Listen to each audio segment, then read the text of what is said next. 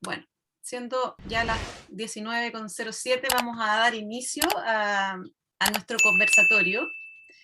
En primera instancia quiero agradecer y dar la bienvenida a todos los que han podido acompañarnos. Esto es como estar en un fogón o estar cerquita del fuego en una casa, es algo íntimo, es algo que pretendemos hacerlo como bien amigable. Ojalá todos tengan por ahí un cafecito o algo con que abrigarse, ¿sí? Y bueno, primero que nada, darles la bienvenida, como temas de domésticos que ojalá podamos mantener los que estamos como menos en protagonismo, los micrófonos apagados y las cámaras apagadas, para que podamos fluir claramente con esta conversación. Y agradecerle siempre al Colegio Veterinario, a la Dirección Nacional y por supuesto al equipo de comunicaciones que nos apoya con todas las logísticas, las plataformas, Zoom, y por sobre todo un gran agradecimiento al equipo de diseño que nos ayudó también a construir algo de lo que hoy día vamos a iniciar nuestra conversación. Ya les voy a comentar, y a la Comisión de Bienestar Animal que ha impulsado y ha motivado que estemos hoy día planteándonos esta conversación, que de alguna manera se escapa de los márgenes más cercanos a lo que es, digamos, el gremio veterinario y las temáticas que habitualmente nos convocan, y digo habitualmente porque creo que somos un gremio que cada vez más entendemos que estamos en expansión y en interconexión con, por supuesto, muchos otras líneas de conocimiento, otras miradas del conocimiento que se integran. Habiendo dicho eso, quería como plantear brevemente cuál fue la motivación de este conversatorio y hacer como un recorrido para los que nos van a acompañar hoy día.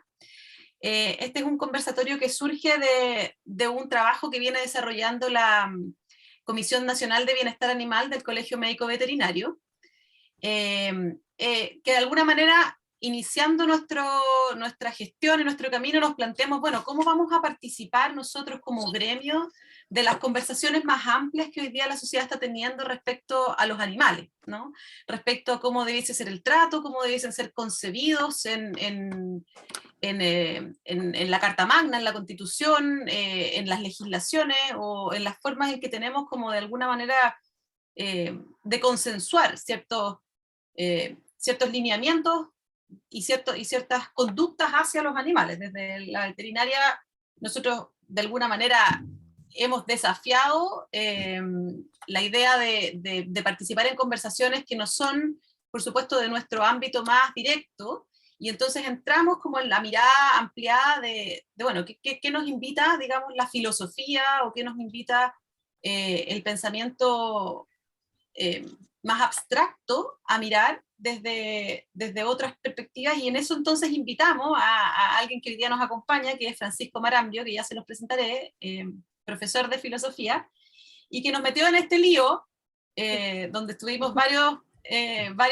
semanas, varios meses, podríamos decir, con otros colegas como Ronald, que también nos acompaña aquí, intentando de alguna u otra manera plasmar de una manera liviana, de una manera ágil o quizás de una manera amorosa, una conversación que tiene una profundidad y tiene un legado muy interesante, que tiene que ver con cómo los animales son concebidos en el contexto de la esfera moral, ¿ya? Y aquí se nos empiezan a aparecer un montón de palabras y de lenguajes que quizás como veterinarios a veces nos quedamos un poco en interpretaciones que hemos escuchado, que hemos leído y que no terminan de hacernos del todo sentido. Entonces la invitación hoy día un poco es como a debatir esta infografía. Esta es la infografía que yo les presento aquí.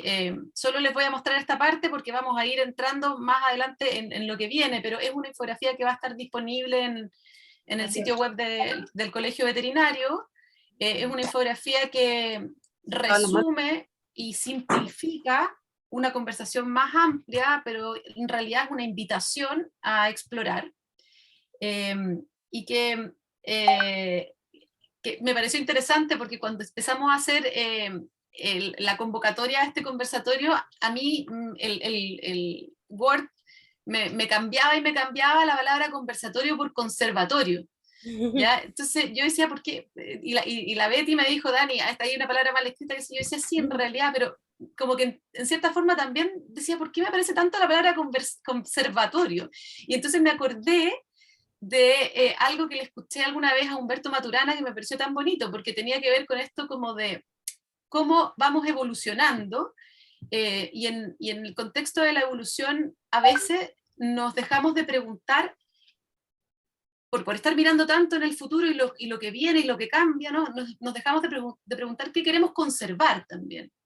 Eh, qué de lo que hemos, ¿no? Como aprendido o consolidado que también podríamos conservar. Entonces pensé que a lo mejor tenía una mirada interesante también poner en esta conversación esto de revisar cómo de alguna u otra manera la filosofía u otras formas de mirar nuestra historia como humanidad nos invitan a revisar cómo estas perspectivas, cómo estas miradas, cómo estas experiencias, de alguna u otra manera tienen cosas de las cuales podemos seguir aprendiendo, ¿sí? Y no ir corriendo como de alguna manera obviando todo lo aprendido.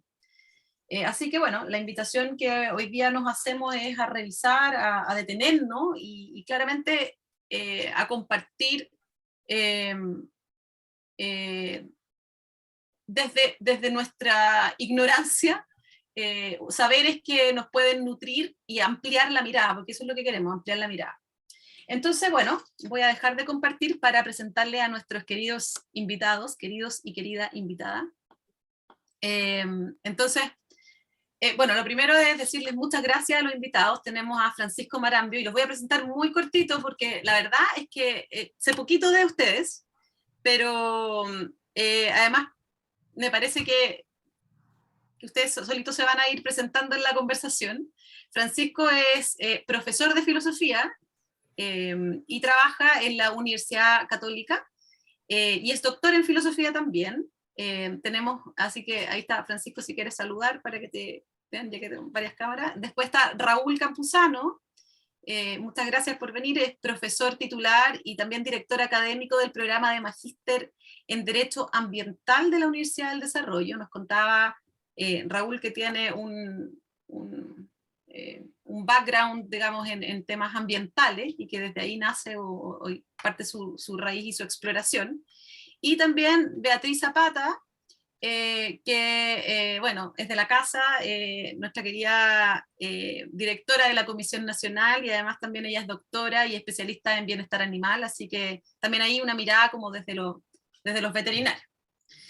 Bueno, entonces nos vamos a lanzar, digamos, en este abismo y en este lío que nos metió Francisco, con una primera aproximación. La idea es como, no sé, los animales en la esfera moral, ¿no? Como, ¿qué significa esto? Y una de las cosas que nos llamó mucho la atención es que hay dos conceptos que nos parten de alguna manera invitando a conversar. Uno tiene que ver con el concepto de la ética y otro con el concepto de la moral. Y cómo estos dos, y quizás aquí ya ponerles al tiro un poco como en modo pregunta y conversación a los panelistas de hoy día, cómo estos dos conceptos, de alguna manera, nos permiten, permiso que voy a compartir de nuevo la infografía para poder traer la premisa que nos convoca, cómo estos dos conceptos, de alguna manera, los podemos definir muy claramente, y les pido aquí como que nos ayuden, también somos veterinarios, no somos ni filósofos ni abogados, entonces nos cuesta un poco más a veces integrar estos conceptos, cómo estos dos conceptos se van interrelacionando y de alguna manera van enmarcando, van definiendo ciertas premisas, ¿no? que definen la relación entre el humano y los animales. Entonces nosotros decimos que hay muchas cosas que van de alguna manera alimentando esto y que tiene que ver con el desarrollo científico, filosófico, el contexto cultural, las creencias, las experiencias. Todo eso de alguna manera se junta en una juguera y genera una forma de mirar, una percepción. Entonces, en primera instancia, quisiera pedirles que pudiéramos como desarrollar un poquito esta premisa, invitándolos como a desarrollar qué significa un poco esta premisa, si quieren ayudarnos a diferenciar ética de moral, moral de ética, cómo impacta esta forma de mirar, para qué nos sirve estar conscientes de ella, ¿no? Y cómo la ilustramos en nuestra vida cotidiana. Entonces le voy a dar la palabra aquí al primero, que es Francisco, que tengo en pantalla. Gracias, Daniela. Bueno, parto con el saludo protocolar. Gracias a ti, gracias a la comisión que está organizando este conversatorio, y gracias al Colmevet también en general y a todos los que están presentes. Efectivamente, esto surge, como tú bien decías, de una charla que yo hice el 2020. Ya ha pasado harto tiempo de eso. Yo tenía la idea que había sido como el año pasado, nomás, no, fue el 2020. Lo que significa que también en este intertanto han pasado muchas cosas, no solo a nivel mundial, sino también en relación a lo que uno va madurando estas ideas. Voy a partir con cuestiones muy elementales, como tú estás preguntando. Yo sé que ahí Beatriz, porque también he trabajado con Beatriz en algunos espacios, podría complementar esto, así que no, y me imagino que Raúl también. Así que no me detendré tanto, o no profundizaré tanto, sino que solamente algunas indicaciones. Parto, eso sí, rebatiendo tu argumento, Daniela, del desconocimiento que uno tiene entre estas materias.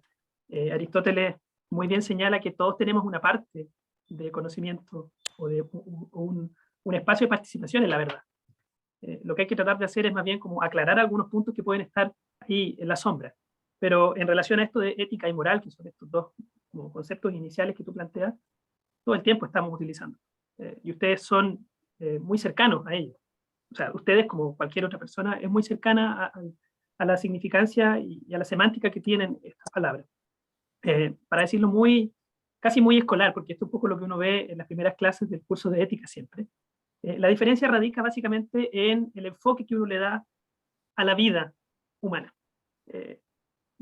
Podríamos decirlo en términos muy sencillos, la moral es este conjunto de principios, códigos, valores que son asumidos por una persona o por un conjunto de personas que de alguna manera orientan tu vida.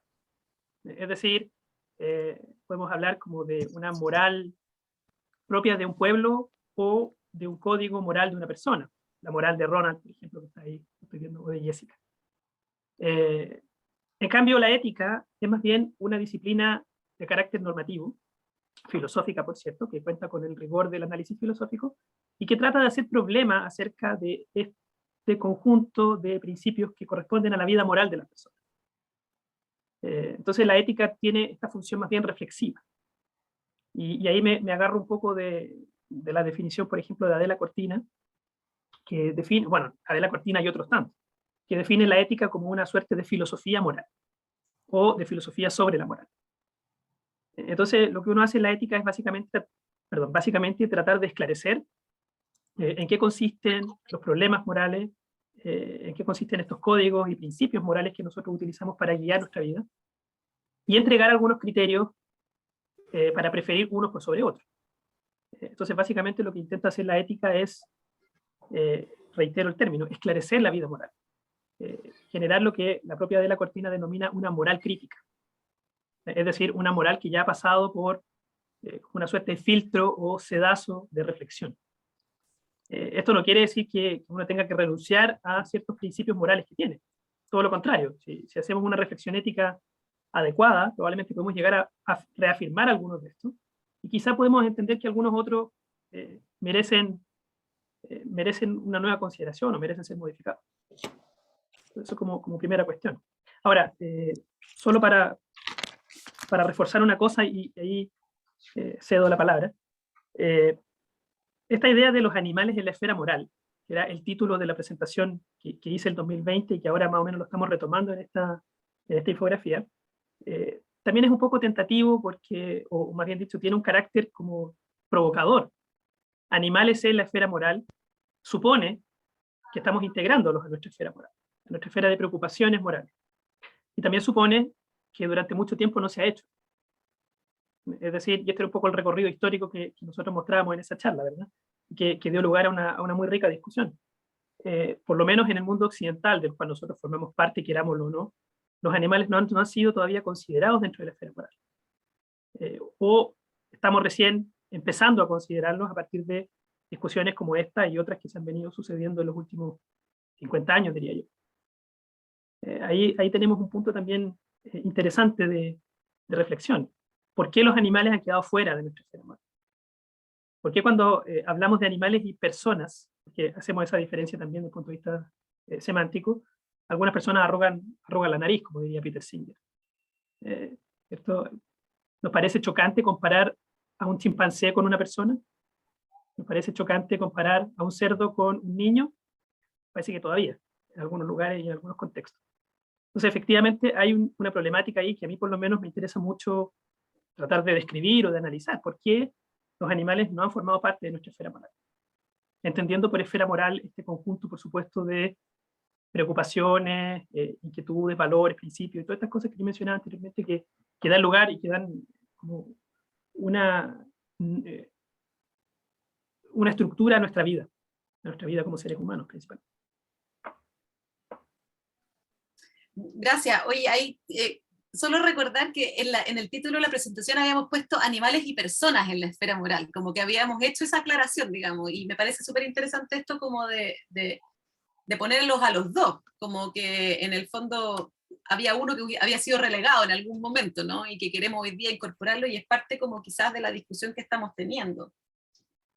¿Cómo situamos una discusión? Claro. Efectivamente, cuando uno habla de persona o cuando uno habla de animal no humano, dos expresiones que a veces corren ahí en paralelo, no son expresiones neutras. Efectivamente, el concepto persona parece estar referido al ser humano, no exclusivamente, por cierto. En filosofía se ha discutido mucho esto y se han intentado hacer propuestas alternativas. Y cuando uno habla de animal no humano, también parece estar como ejerciendo un tipo de valoración, valoración negativa, a cierto punto. Claro. Ya, gracias Francisco. Voy a darle la palabra a Raúl y quizá ahí también agregarle una pregunta a Raúl, como diciendo, además de tu percepción y tu reflexión sobre la premisa, quizás si nos puedes como levantar algo sobre cuándo aparecen los dilemas éticos en esta conversación. Muy bien. Quisiera, comenzar felicitando al Colegio Médico Veterinario por promover este tipo de actividades de reflexión sobre un tema tan importante como la esfera moral y los derechos eventuales de los animales. Dar las gracias por invitarme al conversatorio. Yo quisiera decir dos cosas en esta primera etapa. Primero, hacer 4 distinciones y luego levantar una reflexión. La primera distinción es que el tema de la categoría moral de los animales y también de los derechos, eventuales derechos de los animales, puede ser abordado y es de hecho abordado por distintas disciplinas. Es abordado desde la filosofía, la ética, la política. También es abordado desde el derecho. Cada una de estas aproximaciones tiene características y lógicas internas propias. Por lo tanto, a veces el análisis apresurado mezcla y confunde utilizando las mismas categorías, pero en disciplinas diferentes. Por ejemplo, la palabra derecho no significa lo mismo en el derecho que en la filosofía.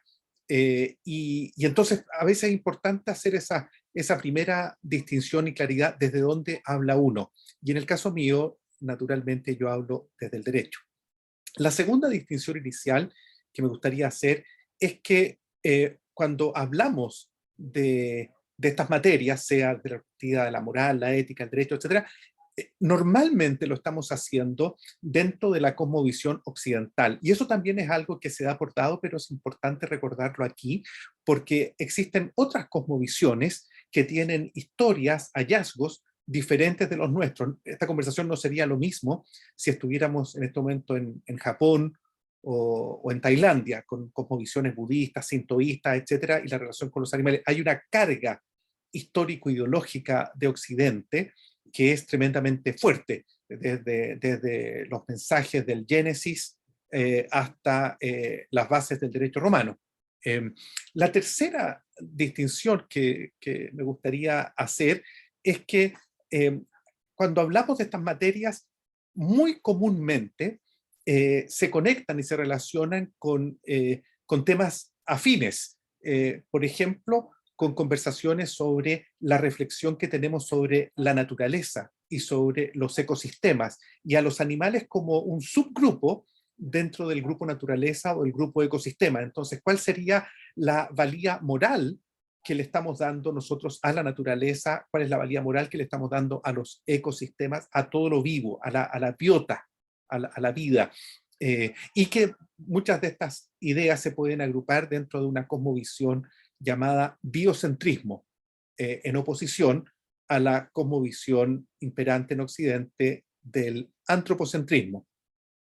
Y la cuarta distinción y final es observar que dentro del derecho el tema se recoge de formas distintas también, y hay que hacer una distinción entre lo que es el derecho nacional, en este caso el derecho chileno, las leyes chilenas, la constitución chilena, etcétera, y lo que es el derecho internacional o el derecho global a través de tratados internacionales de gran importancia. Y aquí lo que hay que decir es que estrictamente hablando, en el derecho internacional no existen tratados multilaterales que reconozcan derechos a los animales, por ejemplo. Existe una gran cantidad de tratados multilaterales que se refieren a los animales y que son tremendamente importantes, pero que no otorgan derechos animales. Ese diría yo que es la distinción. A modo de ejemplo, la Convención de Diversidad Biológica del año 92, que establece sistemas de protección in situ y ex situ de especies animales y vegetales, la Convención CITES que regula el comercio internacional de especies amenazadas, la Convención CNS que se refiere a la protección de especies altamente migratorias, la Convención Ramsar que se refiere a la protección de humedales y a las aves que habitan en ese lugar, la Convención que regula la caza de la ballena, que ha devenido una convención de protección de la ballena y un moratorio permanente que prohíbe la caza de la ballena. Y también el sistema antártico, especialmente en el Protocolo de Madrid, que establece una protección ambiental a la biota antártica. Entonces es importante mirar ese aspecto de las distinciones básicas. Y en relación con la pregunta que tú me hacías, Daniela, yo creo que aquí quiero decir dos cosas. La primera cosa que quiero decir es que la construcción jurídica imperante en Occidente, y nosotros, Chile es un país tributario de la cosmovisión occidental, es que el ser humano es el único sujeto de derechos. Ahora, esta idea está siendo tensionada en las últimas décadas, y esta tensión tiene bases más antiguas, desde Jeremy Bentham, a más nuevas con Peter Singer y otros autores. Pero lo novedoso es que en los últimos tiempos esta tensión también se ha extendido al derecho, y tanto en el espacio legislativo como en el espacio jurisprudencial. El proyecto de constitución que se está discutiendo hoy día en nuestro país, y el borrador que ya fue dado a conocer, establece en el artículo 23, que es un artículo, el número que va a cambiar, por supuesto, y puede que todo cambie, pero establece este reconocimiento a los animales como seres de sujetos. Entonces habla de sujetos de especial protección, y Marcos, podemos entrar en detalle en eso más adelante, pero aquí hay una cosa novedosa en nuestra legislación nacional que históricamente no teníamos, y también jurisprudencia tremendamente interesante, como un caso de la Corte Suprema del Estado de Nueva York, en que se revisó un posible habeas corpus para 2 chimpancés, Hércules San Lío. Hay alguna jurisprudencia en Argentina, está la chimpancé Sandra, la gorila Cecilia, hay un oso en Colombia, etcétera. Hay una serie y aquí los desafíos que plantea desafíos y plantea problemas tanto en el ámbito de lo teórico como en el ámbito de lo práctico, porque la primera pregunta que tenemos que hacernos es si esta valía moral o derecho se le va a aplicar a todos los seres vivos o solo a algunos, y dentro de los algunos solo son los animales, pero no los vegetales. Cada día sabemos que no sabemos nada sobre los vegetales, y por lo tanto hemos partido de un supuesto bastante posiblemente erróneo, que es que los vegetales no tienen una valía o que son distintos de los animales, pero estamos cada día aprendiendo más cosas. Los botánicos nos están enseñando sobre la inmensa complejidad de los vegetales, los árboles y las plantas.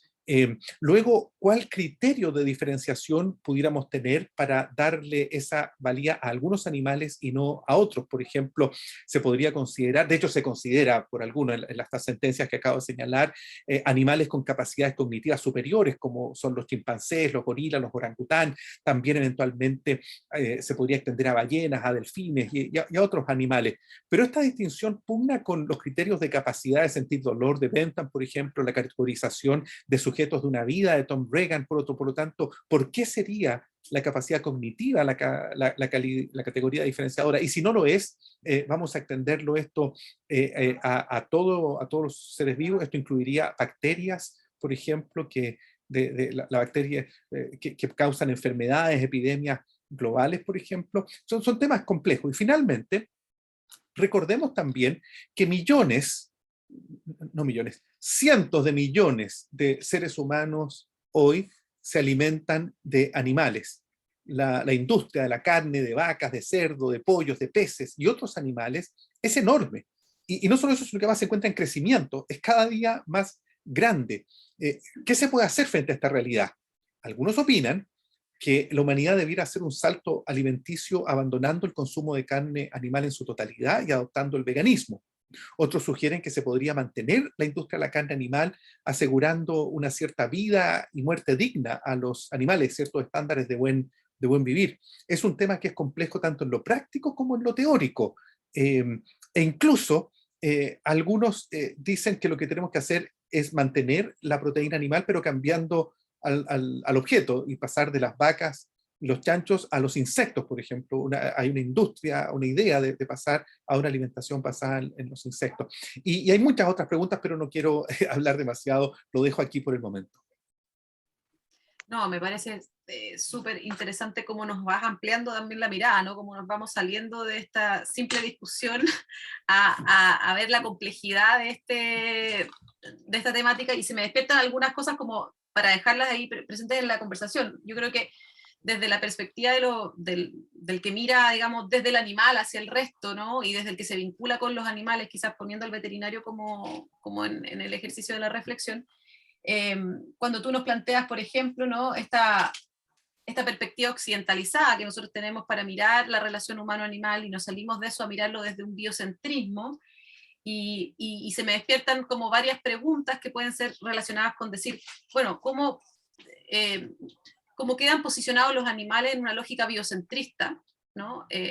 Y aquí aparece también la mirada como del sujeto de derecho versus... que es algo que hemos discutido internamente los veterinarios, nos cuesta entenderlo y nos genera mucha inquietud, porque no sabemos cuáles son, en el fondo, los resultados de una consideración jurídica de ese tipo, en términos de la praxis, quizás que nos involucra a nosotros. Y yo creo que ahí hay como hartos espacios todavía de diálogo. Y no sé si quieres decir algo respecto a eso o seguimos. O sea, claramente hay un tremendo espacio de diálogo que, a ver, el diálogo debe partir con hacernos preguntas. Tenemos un montón de preguntas a ver, aquí hay diversas aproximaciones al tema, pero cualquiera sea la aproximación, tenemos que hacernos una primera pregunta. Que tiene que ver con la naturaleza, con la realidad práctica de la naturaleza humana. No quiero entrar en un tema filosófico, sino un tema muy práctico, y es que los seres humanos se alimentan de proteína animal y vegetal. Ese es un dato duro. Podemos discutir si sería mejor pasar de animal a vegetal, pero de algún lugar los seres humanos deben sacar su alimentación. Si consideramos también que en estos momentos hay una cantidad enorme, cientos de millones de personas están padeciendo desnutrición, a personas que no logran reunir día a día el mínimo de proteína necesaria para poder sobrevivir, digo proteína asumiendo también vitaminas, minerales, etcétera, para poder sobrevivir. Eso es una pregunta que nos debiera interpelar más allá de la teoría hacia una realidad muy concreta, un imperativo ético, político y jurídico de alimentar a la humanidad. El tema se complejiza más aún cuando observamos que en paralelo a esta situación tenemos una cantidad semejante o incluso últimamente mayor de personas que están teniendo enfermedades y causa de muerte basada debido a exceso de comida. O sea, es en el otro extremo. No sé si a veces exceso, pero ciertamente a mala comida. El acceso tan absoluto que tenemos hoy día al azúcar, por ejemplo, me refiero al azúcar refinada, es algo inédito en la historia de la humanidad, y el daño, el mal que esa azúcar refinada, el ingreso a la dieta de los seres humanos ha tenido, es bastante evidente, pero también las grasas, la sal, etcétera. El comer mal, la mala comida, tenemos exceso de comida y exceso de comida mala. Entonces se produce la paradoja de que estamos en un mundo en el que hay mucha gente que sufre hambre y literalmente muere de hambre y enfermedades relacionadas con el hambre, y un mundo en que también está lleno de personas que mueren de enfermedades relacionadas con el exceso de comida o con la mala comida que están teniendo. Entonces, ahí tenemos una primera pregunta que tenemos que hacer, más allá de cualquier teoría: ¿qué hacemos con una humanidad de 7.500 millones de personas? Nunca hemos tenido estas cifras de personas que existen. Luego, si escuchamos a los grupos ambientalistas, a los grupos que se preocupan para la protección de los ecosistemas, vamos a tardar 7 segundos en escuchar que nos dicen de que existen ecosistemas y que los ecosistemas son frágiles y que esos ecosistemas deben ser protegidos. Por lo tanto, cuando aparece una especie que ellos llaman invasora, esa especie invasora debe ser eliminada, literalmente, debe morir. Y ahí tenemos una pregunta sobre, bueno, y no habíamos hablado de valía moral, ética, derechos de los animales. Un ejemplo muy concreto: en la región de Magallanes hay una comunidad, una población de castores exógenos que vienen de Canadá, Norteamérica, y que las autoridades nacionales, más allá de los gobiernos, esto cruza cualquier gobierno, y particularmente las autoridades del Servicio Agrícola y Ganadero, tienen un plan, un proyecto y una praxis de eliminar esos castores porque están haciendo un daño enorme a los ecosistemas magallánicos. Entonces ahí se tensiona cualquier idea que uno tenga de protección a todos los animales. Y para ir más allá, como lo había dicho hace un momento, ¿qué hacemos con, habría que renunciar al yogur, por ejemplo, que no necesito que explicar detalles, pero tiene una construcción sobre la base de microorganismos. Esos microorganismos son puestos, por así decirlo, para nuestro trabajo, y luego nos comemos ese yogur, o la miel también, o tantas otras cosas. En otras palabras, ¿dónde ponemos la vía divisoria? ¿Vamos a proteger a todos los animales, incluso a aquellos que son nocivos para la vida humana? Las bacterias patógenas, por ejemplo. Esta situación extraña de que son animales y no son animales, vivos o no vivos del virus, el COVID, para partir. O sea, nos lleva a situaciones nuevas. Somos especistas. Eso nos lleva a tener que reconocer que somos especistas. Esta idea del doctor Richard Ryder, que levanta este neologismo, así como existe el clasismo, el sexismo, el racismo. El racista es aquel que cree que su raza es superior al resto. Bueno, el especista es aquel que piensa y construye sobre la base de que su especie, la humana en este caso, es superior al resto. ¿Somos culpables de ese crimen, de ser especista? Esa es la pregunta que me hago en este momento. Gracias. Quiero invitar a la Beatriz también aquí a poner la voz. Un poco también qué te ha despertado hasta aquí la conversación y cómo van tus reflexiones respecto a esto. Bueno, yo estaba pensando en la respuesta a la primera pregunta y ahora está súper compleja la situación. Bueno, partiendo desde lo primero que estabas planteando, ¿para qué la ética? ¿Por qué la ética? ¿Diferencia entre ética y moral?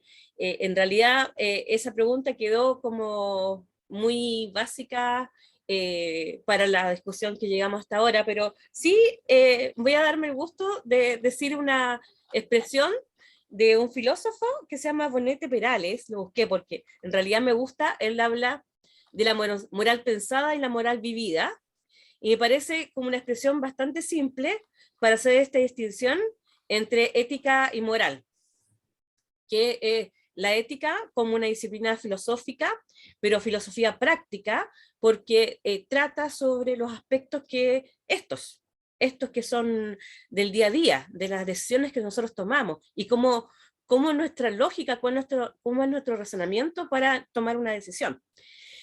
Todas esas complejidades. En cambio, la moral, esta moral vivida, como decía el filósofo, tiene que ver con estas construcciones que nosotros hacemos en nuestra sociedad. Y, por ejemplo, estamos acá en el Colegio Médico Veterinario y nosotros tenemos un código de ética profesional, que es una construcción realizada por nosotros como médicos veterinarios de Chile.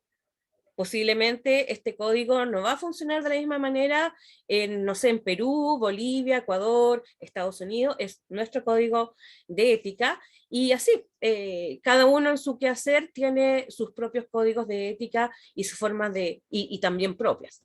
Entonces, bueno, eso era un poquito al principio, pero bueno, yo había pensado igual cuando empezamos a planificar este conversatorio y para empezar a conversar de este tema.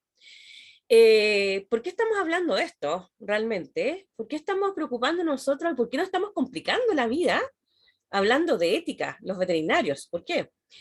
Y resulta que en realidad nosotros ahora como médicos veterinarios, médicos y médicas veterinarias, estamos enfrentando desafíos muy grandes y que no podemos mirar para el lado. Estamos enfrentando crisis ambientales, pandemias, formas también de relacionarnos con los animales, con el ambiente, con los otros colegas. Por ejemplo, hace poco, incluso hablando con los colegas, hablamos de FUNAS, que ahí viene el tema de la tecnología, cómo la tecnología está afectando nuestras vidas. Entonces, necesitamos, más allá de la técnica, necesitamos algo que nos ayude a pensar. Y ahí está la ética. Ahí está la ética. La ética nos permite, esta disciplina de la ética, nos permite ir organizando nuestros pensamientos y también detenernos para pensar, o sea, reflexionar por qué nosotros opinamos de una forma determinada, y que normalmente, estoy hablando como veterinario, estamos muy centrados, quizás me equivoco en generalizar, nuestras emociones nos llegan muy profundamente. Nosotros amamos los animales, pero también manejamos mucha información, y en la técnica se nos junta la técnica y la emoción, pero ¿dónde está el razonamiento lógico más ordenado? Y bueno, justamente el sábado tengo que hablar sobre la enseñanza, la importancia de la enseñanza del bienestar animal, así que estuve fijándome en las mallas de veterinaria, y ahora casi todas las escuelas de veterinaria tienen un curso de etología, bienestar animal, pero de ética todavía hay pocos. Y cuando se habla de la ética, se habla de ética profesional, pero bueno, no sé cómo lo guardarán, pero falta hablar más de la bioética y de la ética animal, que es un poco lo que estamos hablando ahora. Entonces, bueno, creo que con este tipo de actividades, cuando nosotros nos sorprendemos como Colegio Médico Veterinario, sintiendo que tenemos que dar alguna respuesta a las inquietudes de las personas, las inquietudes de la sociedad, en que dicen cosas como personas no humanas.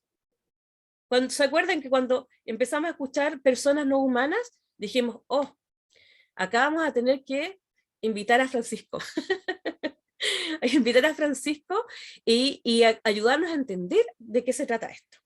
Y bueno, yo creo que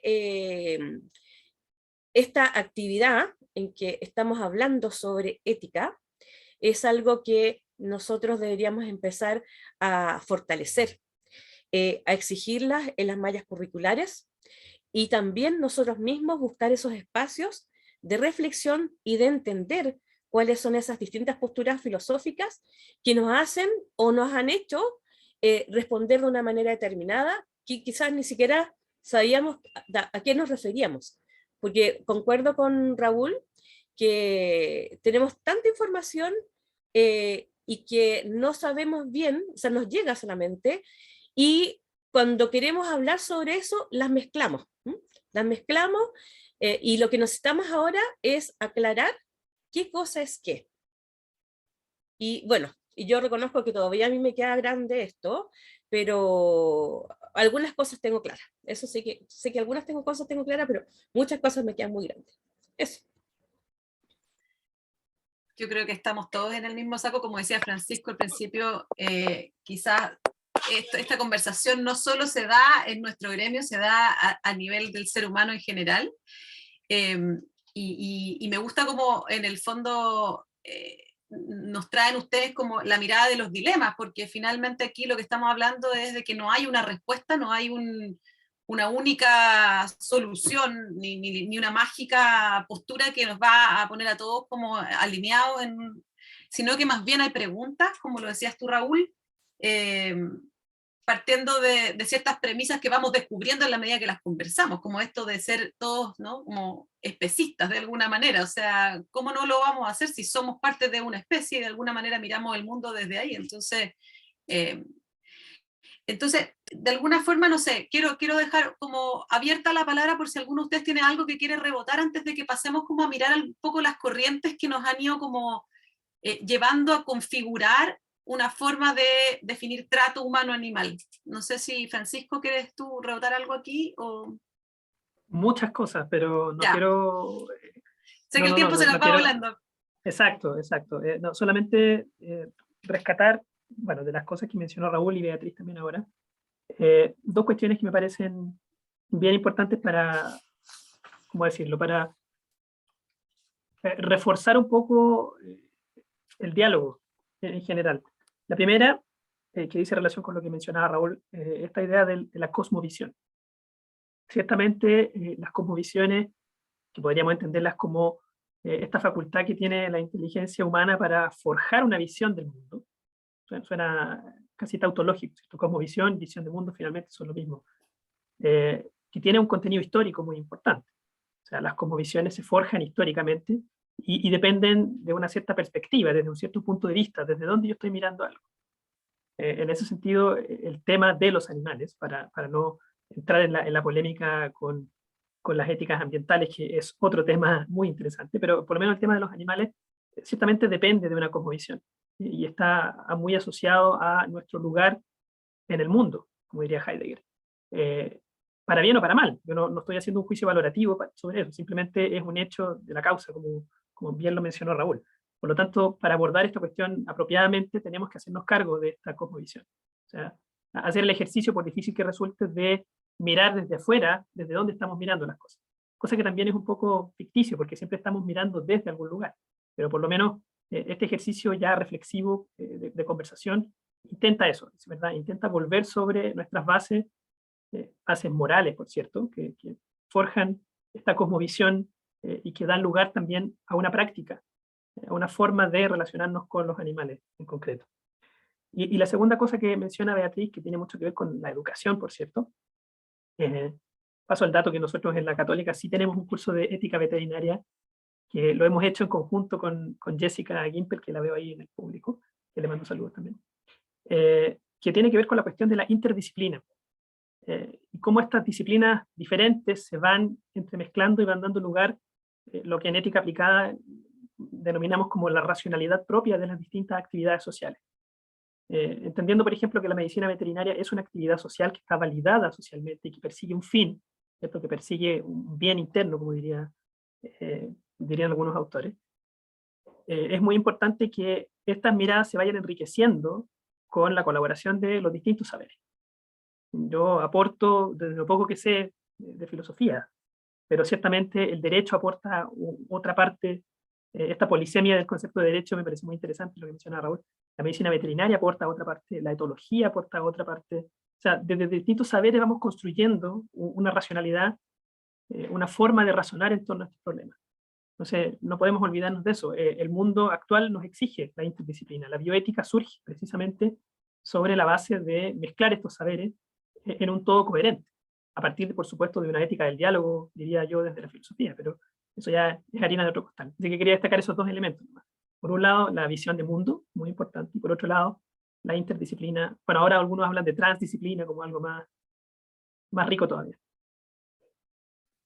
Gracias. Raúl, ¿algo que aportar aquí a cerrar esta parte de la conversación? Simplemente que estoy absolutamente de acuerdo con lo que acaba de señalar Francisco, y yo creo que una cosa que hemos aprendido en los últimos años es que el trabajo disciplinar, con todo lo valioso que eso tiene, no hay ninguna duda de ello, pero es insuficiente.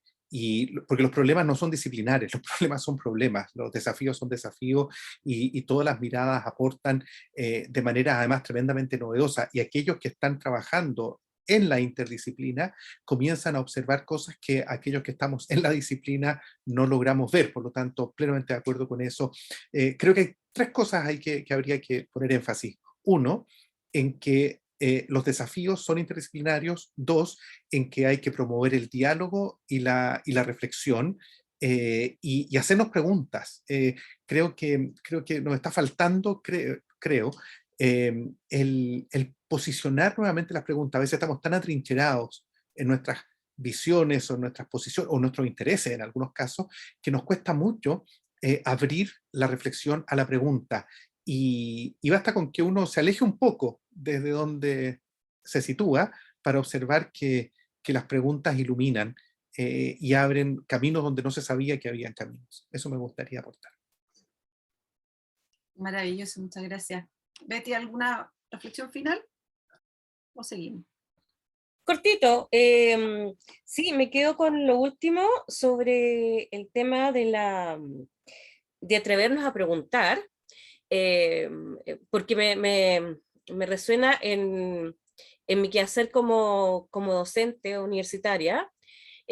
Nos quejamos mucho de la educación, y creo que justamente una forma de educar es justamente con las preguntas.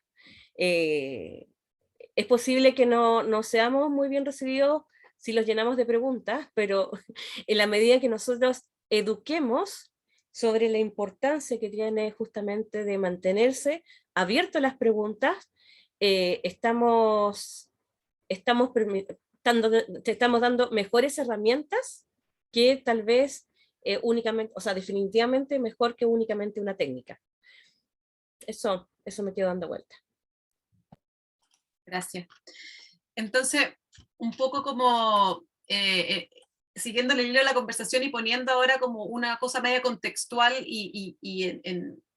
una de las preguntas que nos hacíamos nosotros en esta reflexión tenía que ver con cómo se definen los límites en la relación humano-animal, ¿no? Como que es parte de esta complejidad que ustedes están ilustrando, y que de alguna manera lo que Francisco nos invitaba en su charla a mirar era de que existían de alguna manera referentes o corrientes filosóficas, pensadores que han puesto su propuesta pensante, ¿no?, como al servicio, y que de alguna manera ha tenido acogida a través del tiempo en la sociedad, y han ido marcando de alguna u otra manera cómo esta relación se va mirando a través de este lente de esta corriente filosófica.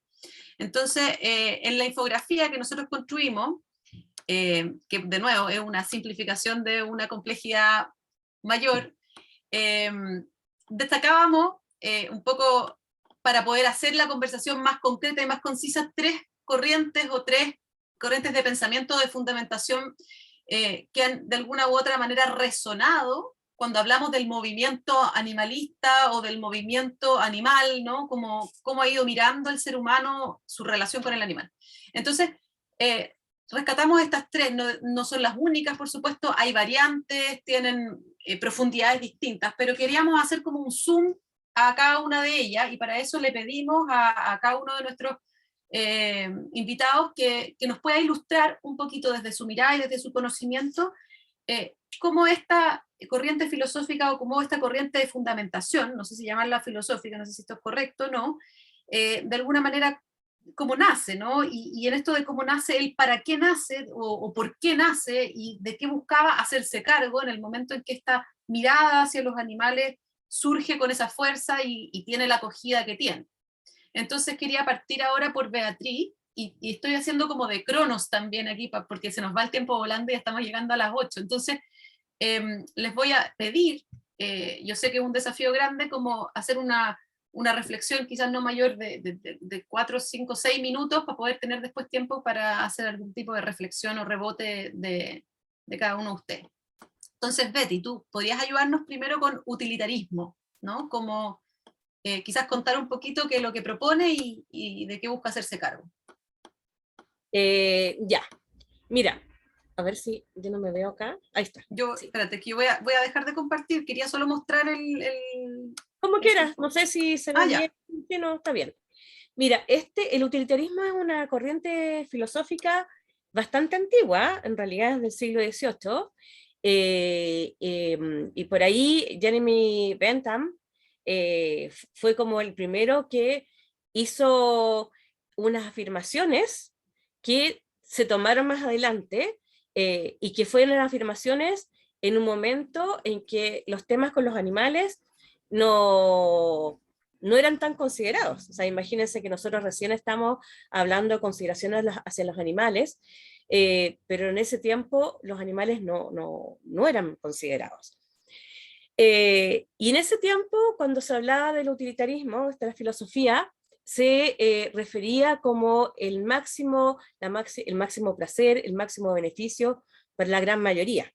Y de hecho, esta filosofía está detrás de algunas decisiones nuestras como la democracia o la economía, en que se busca el mayor bien para la gran mayoría.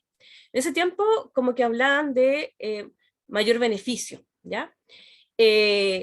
Pero trayéndolo a lo que es más cercano a nosotros y cómo nos llega más a nosotros en este momento, el exponente del utilitarismo es Peter Singer.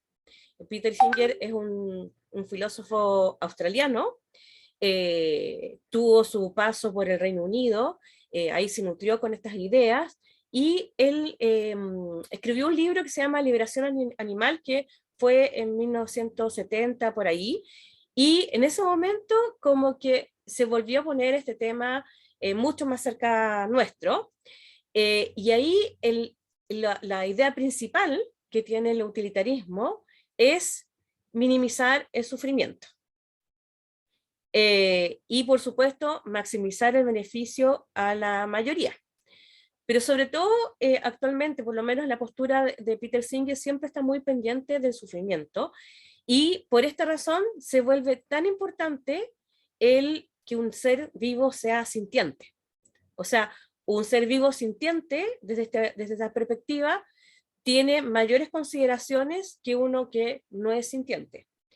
Y sobre todo, un tema que es súper criticado por algunos, es que, de acuerdo a esta filosofía, los animales no tienen un interés en el futuro, como si tenemos los seres humanos. Nosotros estamos preocupados de nuestros ahorros, de lo que vamos a hacer más adelante, si me muero ahora, qué le pasa a mis hijos, los sueños no cumplidos, pero los animales no. Los animales tienen interés en sobrevivir, pero no en el futuro. Entonces, desde este punto de vista, no habría problemas, por ejemplo, en sacrificar animales para el consumo o para otros fines, siempre y cuando el dolor sea minimizado y, por supuesto, que el beneficio sea maximizado.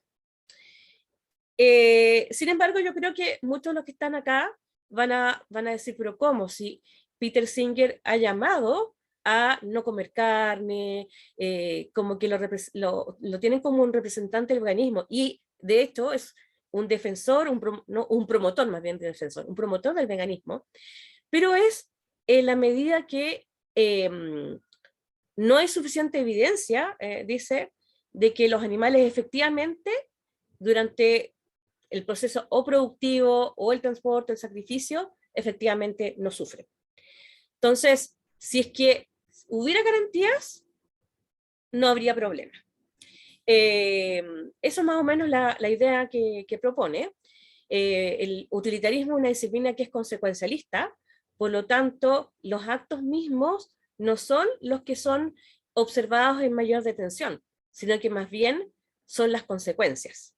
Y si la consecuencia es beneficio para la mayoría, y sufrimiento para la minoría, o el mínimo sufrimiento, se podría hacer. Por eso mismo, igual es posible, de acuerdo a esta perspectiva, realizar investigación utilizando animales, pero siempre y cuando se cumplan con normas, los animales sean bien tratados, se realicen, por ejemplo, enriquecimiento ambiental, o por ejemplo, se cumplen las 3R, esos principios, esos guías éticos en la investigación. Si no se cumple eso, entonces no se puede, ¿ya? Eso sería como un resumen de esta postura.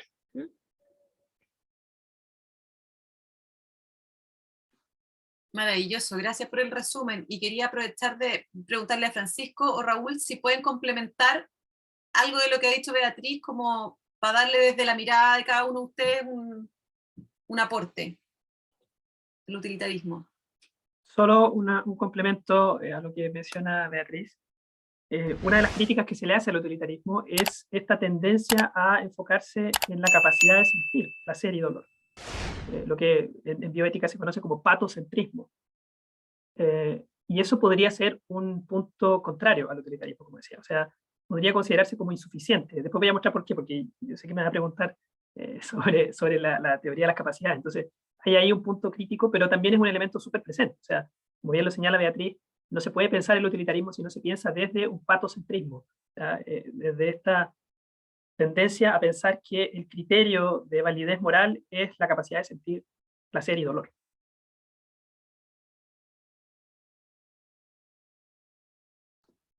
Genial, gracias. Raúl. Sí, expresar como complemento que Jeremy Bentham es conocido como padre del utilitarismo, que va mucho más allá del tema de derechos de los animales. Y lo que Bentham, hay que situarnos primero en la época. Estamos hablando de la segunda mitad del siglo XVIII. O sea, estamos hablando hace mucho tiempo atrás en que las discusiones, las conversaciones eran otras.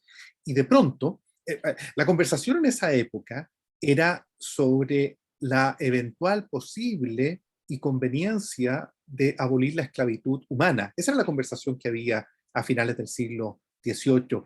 Y Bentham lo que hace es un paralelo y dice que de la misma forma que la humanidad ha llegado tan tardíamente, pero finalmente, a la convicción de lo éticamente inaceptable de la esclavitud humana, él hace un salto desde la esclavitud humana al trato que se le da a los animales. De hecho, tiene unas frases que son increíbles. Él dice, así como hemos llegado a la conclusión de que el color de la piel ya no es una causal para hacer una distinción entre seres humanos, tal vez en el futuro se llegará a algún momento en que la tenencia de 4 patas o tener piel de la misma forma no será considerada como una distinción. Esto lo digo porque todo lo que se ha señalado es correcto y está muy bien, y ese es el aporte de Jeremy Bentham desde el utilitarismo a la mirada, pero es mucho más que eso. Y el contexto en el que, si él hablara hoy día, la verdad es que pasaría, creo yo, bastante desapercibido, pero hablando en el momento que él habla es tremendamente revolucionario y hace una reflexión que interpela a la humanidad europea de ese momento, en un tema tan éticamente importante y delicado como es la esclavitud, que se mantiene, se mantuvo en esa época y se mantiene hasta el día de hoy, tiene nombres distintos, tiene características distintas, pero el abuso del ser humano sobre el ser humano es algo que se mantiene hasta el día de hoy. Por lo tanto, termino, Bentham es un adelantado a su época, y la complejidad de su pensamiento hasta el día de hoy nos está dando que pensar. Dale, Betty. Sí. Sí, bueno, y además termina esa reflexión diciendo que la pregunta no es si pueden razonar, porque igual el tema ahí era si los animales razonaban o no, sino que es si pueden sufrir. Y eso fue igual el cambio, porque hasta ese momento el valor que se le podía dar a un ser era en relación a su capacidad de razonar. Y además hacía el paralelo con que un niño tenía una capacidad inferior a la de un potrillo, algo así, o mencionaba otros animales. Entonces, en realidad fue muy, muy sólida su intervención y bueno, de hecho nosotros siempre repetimos un párrafo gigante de esa afirmación que es maravillosa. ¿Y en qué momento o sea, esta mirada como tan profunda que hace Bentham de respecto como al tema, yo escucho ahí de la injusticia, ¿no? Como del sufrimiento, esta interpelación a la sociedad respecto como también a este abuso, ¿no? ¿En qué momento salta al utilitarismo mirado como desde una, que me parece quizá un poco más simplificado, desde minimizar y maximizar, como a esta transacción? No sé si ahí tienen alguna reflexión al respecto. Mira, yo no soy tan experta en esos temas, pero sí, lo que pasa es que el utilitarismo hay distintas corrientes. Entonces, hay corrientes que se centran mucho más en el beneficio, otros que se concentran más en el no sufrimiento. Entonces, nosotros por lo menos rescatamos lo que nos hace sentido para lo que hemos ido trabajando, pero si uno busca a qué se dedica el utilitarismo, vamos a encontrar distintas aplicaciones. No sé si hay algo más que decir. ¿Alguien más? ¿Con utilitarismo seguimos? ¿No? Bien. Gracias, Betty. Súper interesante. Esta es una primera corriente que de alguna manera va y que todavía resuena mucho, ¿no? En las conversaciones respecto al movimiento animal. Ahora, una segunda mirada que queríamos hacer también tenía que ver con la teoría sobre los derechos de los animales, ¿no? Aquí queríamos pedirle a Raúl si nos puede también hacer como una especie de resumen desde tu mirada, por supuesto desde el derecho, desde tu reflexión, y de qué buscaba hacerse cargo esta mirada reflexiva o esta corriente en el momento en que emerge, digamos. Lo primero que hay que decir aquí es que la teoría de los derechos animales, que algunos llaman doctrinas abolicionistas, reúne a un número tremendamente heterogéneo de ideas y pensamientos y pensadores. Por lo tanto, es difícil agruparlos a todos en un solo grupo. Lo que los une es su rechazo a la teoría del sufrimiento, al utilitarismo de Bentham. Lo que los une es un rechazo muy fuerte a esta idea de que el tema animal se resuelve tratándolos mejor. Ese diría yo que si digo esa frase, tiene la virtud de que reúne a grupos que de otra manera no hablarían entre ellos, pero ese concepto, esa idea, los une a todos ellos. Todos ellos están de acuerdo que el tema no es mejorar la calidad de vida de los animales, no se agota en dejar de ser crueles con los animales, sino que hacer una reflexión profunda sobre cuál es la naturaleza política, filosófica, ética y jurídica de los animales. Y en ese sentido, cualquier texto que uno lea sobre esta materia va a encontrar a varios autores contemporáneos, tal vez los más prolíficos en este tema sean Tom Regan y Gary Francioni. Regan es un filósofo norteamericano y construye y desarrolla esta idea de teoría de los derechos animales.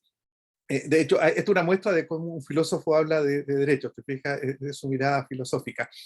Su libro más famoso, un libro obligatorio para la gente que quiera estar en esta materia, The Case for Animal Rights, así como mencionaba Beatriz el libro de Singer, de Animal Liberation. Bueno, The Case for Animal Rights es el gran libro que levanta la doctrina de derechos de los animales. Allí, en ese libro, Tom Regan dice que los animales no humanos son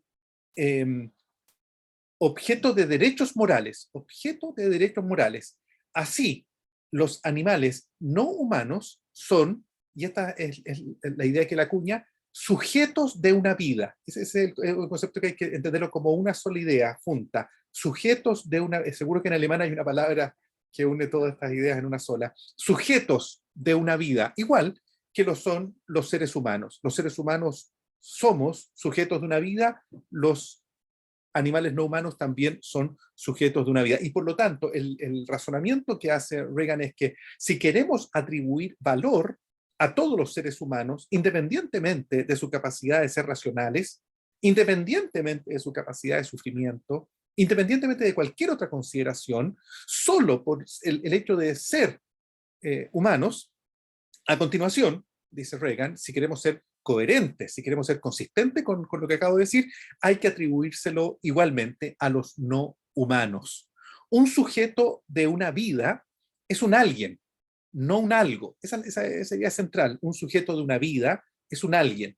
Y de inmediato entonces nos separa de 20 siglos de romanismo sobre esta materia. Es un ser, dice Regan, al cual su vida le importa, incluso aunque no le importara a nadie más. O sea, por eso es que da lo mismo el utilitarismo, da lo mismo, o sea, le importa a ese ser, ese sujeto de una vida le interesa su vida. Y por eso es que los textos de Tom Regan se oponen particularmente a las prácticas y concepciones especistas que ya expliqué de Ryder, ¿no es cierto? Que ya las expliqué hace unos minutos atrás. En esa misma línea, hay un profesor de la Universidad de Rutgers en Estados Unidos que se llama Gary Francioni, que tiene como tres ideas fuerzas en esta materia de derechos de los animales o doctrina abolicionista. Lo primero es una oposición radical a la teoría romana básica, que explicaré en unos minutos, de propiedad de seres humanos sobre animales. La base del derecho romano es el derecho de propiedad o derecho de dominio, que tiene la facultad, como ustedes saben, de usar, de gozar y de disponer de la cosa, y no hace una distinción entre una mesa, un lápiz y un gato. Los tres son objeto de dominio y hay un dominus o propietario que puede usar, gozar, y disponer significa eliminarla, incluso matarla si está viva. Entonces, el centro del trabajo de Francioni es oponerse a la doctrina romana de propiedad de seres humanos sobre animales. Lo segundo es que propone una primacía, una clara primacía de esta teoría de derechos animales por sobre las ideas de bienestar animal. En otras palabras, Francioni se opone a todas las propuestas de bienestar animal y por razones prácticas y teóricas. Teóricas porque dice que no entienden realmente lo que estamos discutiendo cuando se discute sobre los animales, y prácticas en el sentido que dice que cuando se avanza en teorías de bienestar animal, en el fondo lo que se está haciendo es adormecer el verdadero problema, que son este sujeto de una vida de la que hablaba Tom Regan. Y levanta entonces esta teoría de derechos animales. En este sentido, hay que observar que abolicionismo y veganismo a menudo van de la mano, que es una doctrina, es una escuela, es una tendencia separada, aparte, independiente, y que sin embargo confluye, yo me atrevería a decir casi perfectamente, con las doctrinas abolicionistas, porque las corrientes veganas, a diferencia de las vegetarianas, etcétera, postulan una prescindencia absoluta de carne animal en la dieta humana. Y aquí viene lo más importante, que basan esta postura en consideraciones éticas y antiespecistas. La razón por la que no vamos a comer carne animal es por una razón ética y porque nos oponemos al especismo. Porque los beneficios a la salud que señalan muchos médicos y científicos son agregados menores, no son realmente lo importante. No es que somos veganos porque es bueno para la salud, somos veganos porque es lo ético, es lo que hay que hacer. Si adicionalmente eso es bueno para nuestra salud, magnífico, pero no es lo central. Lo esencial aquí es adoptar una nueva cosmovisión que resitúe a los animales en un sitial distinto al que actualmente tienen. ¿Y cuál es el sitial que actualmente tienen los animales? El que, como ya he mencionado anteriormente, le otorgó el derecho romano clásico. Aquí yo me atrevería a decir, esta es la última idea que quiero compartir en esta materia, que hay dos grandes pilares sobre los cuales se construye la visión occidental de la relación entre humanos y animales.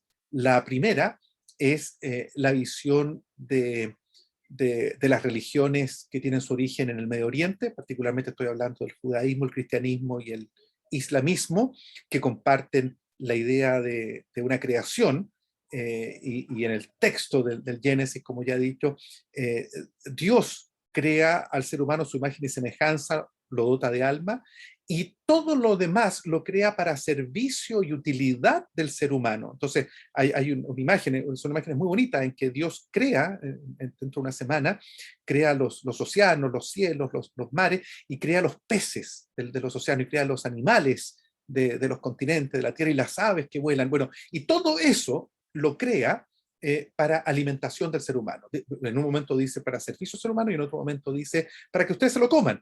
La idea es que coman de estos seres vivos. Entonces hay una justificante metafísica de la relación humano-animal. Y la segunda, que ya también he mencionado, es esta creación del derecho romano, que enseña que el ser humano es el único sujeto de derecho, el único titular de derecho. Los demás seres vivos son objetos de derecho, muchos de los cuales son susceptibles de ser objeto de derecho de propiedad, y otros derechos también que pueden utilizar los titulares, que son los seres humanos. De hecho, entrando un poquito en una materia en la cual no tengo competencia alguna, la filosofía, tanto la platónica como la aristotélica, sientan las bases teóricas para el desarrollo del derecho romano en relación con los seres vivos no humanos. De hecho, hay unos párrafos súper interesantes de Aristóteles en el que hace una imagen que dice: observen la forma en que los bueyes tienen el cuello. Está diseñado, hay un diseño para poner un yugo, o sea, están hechos para el trabajo humano. Hay una naturalidad, es lo natural, eso es muy aristotélico, es lo natural que los bueyes existan para acarrear el arado. Por lo tanto, esta doctrina de teoría de los derechos, al final del día, es una oposición radical a las doctrinas románicas que han imperado en Occidente durante todos estos siglos. Y que yo creo que siguen imperando. Hay que también recordar, y esto es lo último que quiero decir en este momento, que estas ideas, con todo lo importante que son más bien minoritarias. Incluso en Occidente no es algo que esté en las grandes mayorías ciudadanas como una de las prioridades de políticas. Eso podría decir sobre estas doctrinas. Maravilloso. Francisco, ¿algo que agregar, aportar o comentar? Complementar dos ideas que mencionó Raúl.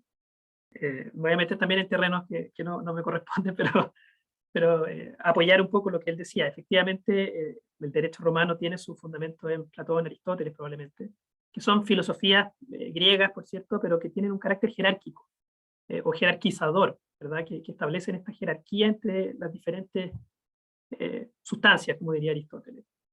Hay algunos pasajes donde efectivamente él menciona, en términos políticos, por ejemplo, que los animales están para el hombre, entendiendo, por cierto, que de eso se sigue que la finalidad última del ser humano es la constitución de una comunidad política. Entonces, los animales formarían parte de la comunidad política, pero como instrumentos para la realización de esa comunidad política. Eso tiene mucha resonancia, por cierto, en cómo se establece el derecho. Y por cierto, ahí haciendo una pequeña acotación nomás, efectivamente el derecho romano sigue estando presente. O sea, el mismo caso de nuestro Código Civil probablemente tiene todavía una base muy importante ahí. Bueno, y la segunda cuestión que quería mencionar, que tiene que ver con esta mirada que hacía Raúl, muy apropiada, por cierto, cómo la religión también ha forjado una cosmovisión, especialmente las religiones monoteístas como el cristianismo, la corriente judeo-cristiana. Eso no excluye que puedan haber otras interpretaciones de esta misma religión, ¿verdad? La lectura del Génesis que menciona Raúl es una entre otras que se podrían hacer. De hecho, hay algunos autores como por ejemplo Andrew Lindsay, que aparece como este teólogo animalista también de Oxford, que leen el Génesis no como el ser humano como el propietario de la creación, sino más bien como el guardián, ¿cierto? El steward, como dice Lindsay. Entonces, se pueden hacer también matices, creo, ahí interesantes sobre eso. Usufructuario, diríamos en español. Bueno, claro, pero tiene un rol como de protección también, de custodia, de alguna manera. Que hay un matiz ahí, creo yo, que se abre a la conversación. Ahora, yo no niego, por cierto, perdón, solamente para apoyar la idea de Raúl, yo no niego que la tendencia preponderante haya sido la primera. Leer los textos religiosos desde la perspectiva que menciona Raúl. O sea, esto otro sigue siendo minoritario hasta cierto punto, como muy bien lo señala. Betty, ¿querías decir algo? Sí, como acotar de que estas ideas abolicionistas no quedan solamente en relación con la alimentación. El veganismo, que es producto de este abolicionismo, tiene que ver con cualquier tipo de uso. Entonces, la vestimenta, o por ejemplo, no sé, la experimentación con animales, o el uso recreativo de animales también no se permiten, de acuerdo a esta línea de pensamiento. Y también por lo mismo, los seguidores de Peter Singer llegan al veganismo, proponen el veganismo. Peter Singer también propone el veganismo, pero como decía Raúl, abolicionismo y veganismo se juntan y a veces se pueden llegar a confundir. Y yo recuerdo cuando Peter Singer estuvo acá, el público le hacía preguntas esperando con la expectativa que él responda con ideas abolicionistas, y él todo el tiempo las detenía. Entonces, por ejemplo, como para dejar clara la idea, en un libro de bienestar animal, que lo edita Marianne Dawkins con otra persona que no recuerdo, en el prólogo hay una reseña de Peter Singer, y Peter Singer básicamente dice, mira, nosotros, el movimiento animal, va a seguir promoviendo el veganismo. Sin embargo, siendo realistas, somos todavía minoría, y lo que nosotros queremos es disminuir el sufrimiento, ¿ya? Entonces, dado que esto aún no es una idea mayoritaria, la alternativa es el bienestar animal. Que es distinto, por ejemplo, a lo que decía Raúl, que estas ideas de derechos de los animales están completamente en contra. O sea, no hay nada como endulzarlo. Entonces es como simplemente como para que, sobre todo, que cuando algunos leen a Peter Singer o escuchan de Peter Singer, piensan que, dado que llama al veganismo, tiene ideas abolicionistas, y no es así. Esto se está poniendo muy bueno, y yo estoy pensando aquí como en esto que trae Raúl respecto a la cosmovisión, y a no olvidar de alguna manera de dónde venimos, y cómo de alguna manera inconscientemente tenemos improntados ciertos sesgos. Esto como de la perspectiva religiosa o la perspectiva de la mirada judeocristiana. Y también porque de alguna manera u otra nos cuesta muchas veces también salirnos de esa lógica a mirar otras formas de vivir, ¿no? O otras formas de relacionarnos. Como un poco también lo que tú traes, Betty, aquí con respecto a decir, bueno, no es solo el cómo, o sea, no es solo el minimizar o el maximizar, sino que quizás preguntas como, por ejemplo, no sé, pues yo puedo ser vegano, pero también puedo adoptar una mirada utilitarista para mejorar el tránsito de la vida de esos animales durante, ¿no? Como que pareciera ser que uno no tuviese que encasillarse quizás tampoco en una corriente filosófica, ¿no? Como podríamos transitar por varias, desde el cómo creo yo que debiese ser hasta el cómo lo hacemos para llegar allá, o no sé, lo voy a dejar ahí como quizás como también un parte de una reflexión. Y ahora me voy a mover por el tiempo a Francisco, y a pedirle a Francisco, que además me pareció súper interesante, él nos trajo en la charla una tercera posibilidad, algo que surge un poco más en el contexto de una mirada de la ética del desarrollo humano, el enfoque de las capacidades. Francisco, te dejo la palabra para que nos cuentes un poquito sobre esta perspectiva. Bueno, gracias, Daniela. No sé si se va a cumplir esto de los 6 minutos. Yo creo que voy a tener que pasarme un poco. No Igual voy a poner importa. mi cronómetro porque para tratar de mantenerme dentro del límite razonable.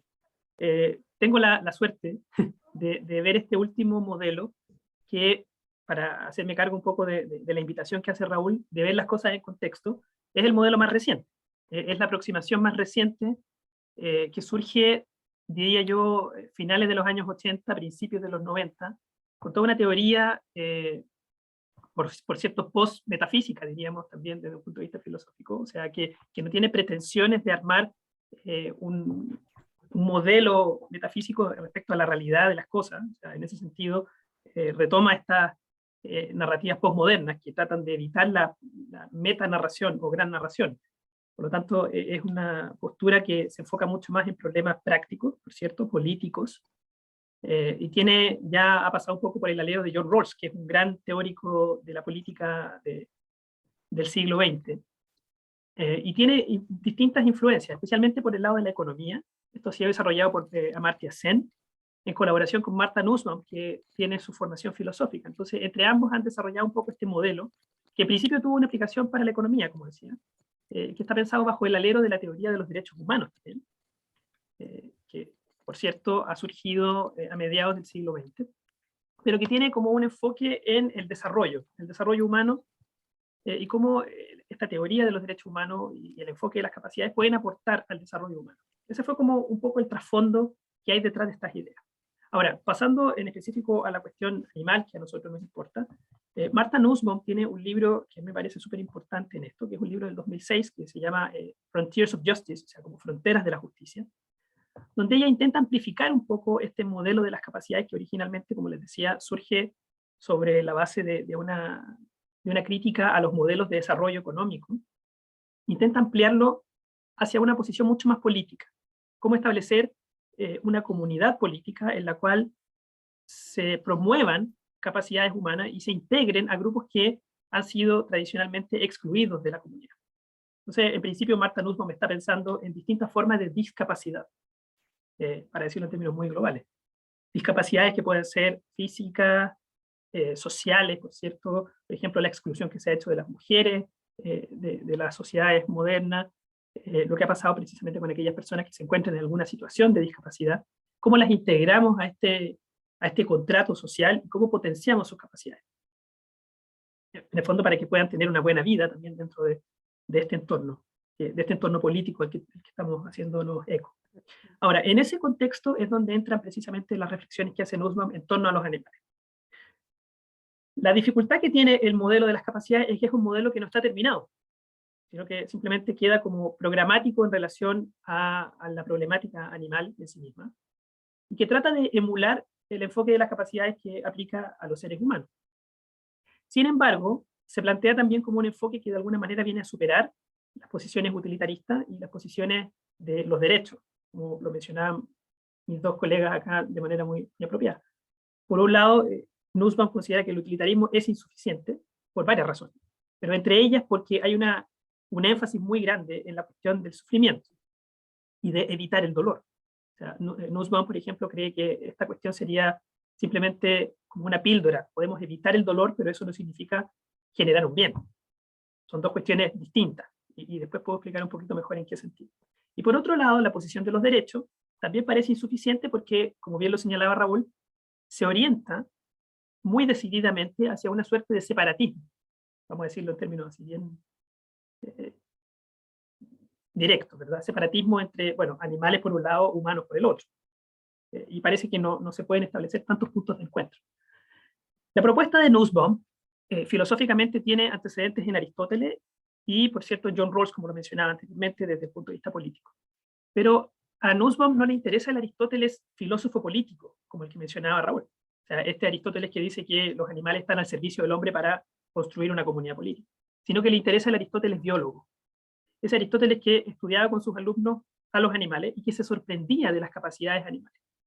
O sea, que se sorprende que los animales son seres, en cierto sentido, autónomos, que la autonomía de los animales es distinta a la de nosotros, porque ciertamente la de nosotros tiene que ver con decisiones que vamos tomando y con proyectos de vida. La autonomía de los animales tiene que ver con las capacidades que ellos tienen para alcanzar un bien interno, un bien propio.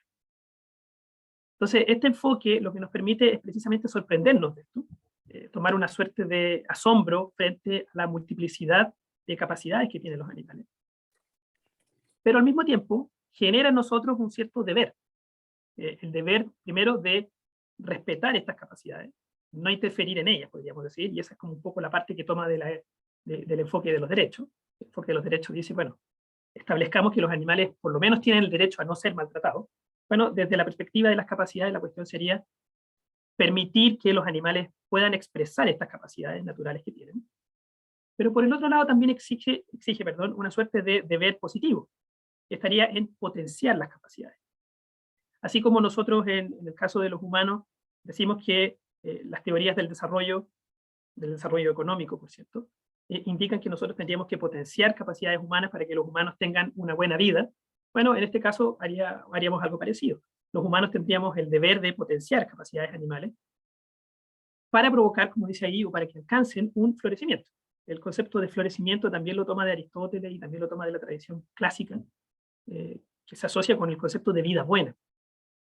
Para los seres humanos la vida buena significa una multiplicidad de cuestiones. Bueno, así también para los animales podría significar por lo menos el despliegue completo de sus capacidades naturales. Entonces, ¿qué significa esto en términos ya mucho más prácticos? Que aquí se abre un campo nuevo de exploración. Ahí en la infografía se mencionan como distintas capacidades que son muy parecidas a las capacidades humanas, pero que en cierto modo también estarían diferenciadas por especies y por el tipo de animal de que estamos hablando. Entonces, el campo de exploración consiste en conocer mejor la naturaleza animal y de cada animal en particular. Los ejemplos que usa siempre Nussbaum son muy sugerentes. O sea, el elefante es muy distinto en su versión de elefante asiático o elefante africano. Por lo tanto, las capacidades que ellos van a poder desplegar para alcanzar su bien son diferentes. Ahí quizá el trabajo que podemos hacer desde la etología es fundamental, para conocer mejor las motivaciones naturales que tienen los animales, como dirá Jessica o Beatriz, e intentar diseñar planes de acción para poder hacer esto. Por lo mismo, entonces, esta es una teoría que todavía está en desarrollo, porque abre simplemente un campo de exploración, entrega algunas bases para poder establecer criterios, y en este caso el criterio de las capacidades, pero no llega todavía a resoluciones positivas en torno a esto. Simplemente deja algunos indicadores ahí que uno podría recoger. De mi modo de ver, habría una tendencia entonces hacia el bienestar. No es una conclusión que saque Nussbaum directamente, esto es una conclusión que estoy sacando yo a partir de lo que uno puede inferir de la postura de Nussbaum. Pero ciertamente deja muchas puertas abiertas para el trabajo interdisciplinar, como decíamos al principio, para el trabajo con diferentes saberes que pueden contribuir a nuestro conocimiento de los animales y de sus capacidades.